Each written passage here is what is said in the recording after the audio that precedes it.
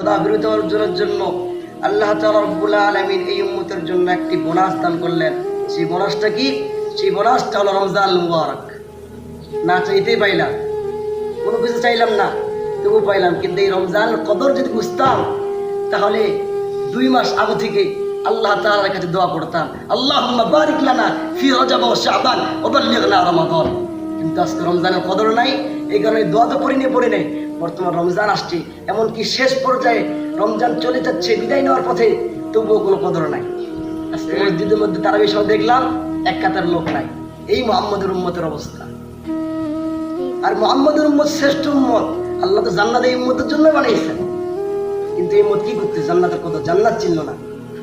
আল্লাহ তাআলা রব্বুল আলামিন তো জান্নাত এই উম্মতের জন্য সৃষ্টি করেছেন, আর বাকিদের জন্য শুধু সান্ত্বনামূলক পুরস্কার। আলেমুল আমাদের ডাক দেন, বলেন আমার এই হাদিসের যে ভুল ধরতে পারে, মাত্র 30% অন্য উম্মতের জন্য, কোটি কোটি নবীর উম্মতের জন্য মাত্র 30%, আর আপনার আমার উম্মতের জন্য 70%। আপনার নবী আমার নবী মুহাম্মদের উম্মতের জন্য 70% আল্লাহ জান্নাত বানাইছেন। আর কি বলবো সান্ত্বনা ছাড়া? বলেন, স্কুলের মধ্যে পুরস্কার করে দেওয়া হয় না? পরীক্ষা হয় না? পরীক্ষা প্রতিযোগিতা হয় না? প্রতিযোগিতার মধ্যে যারা কম রেজাল্ট করে, ভালো রেজাল্ট করে না, ফেল করে, এদেরকে সান্ত্বনামূলক পুরস্কার দেয় না? শুধু সান্ত্বনামূলক পুরস্কার দেয় না, যাতে করে সেই উদাস না হয়, পরবর্তী নেক্সট টাইম ভালো মতো দেয়। এই কারণে আল্লাহ রাব্বুল আলামিন তো সান্ত্বনামূলক পুরস্কারের জন্য জান্নাত বানাইছেন অন্য উম্মতের জন্য। মূলে আছেন, এই ঘোড়ার মূলে আছেন মুহাম্মদের উম্মত, কিন্তু আজকে মুহাম্মদের উম্মত গাফেল। হায় হায়, এমনকি মাদ্রাসার মধ্যেও তো হয় না? মাদ্রাসার মধ্যে তো প্রতিযোগিতা হয়, সান্ত্বনামূলক পুরস্কার দেয়।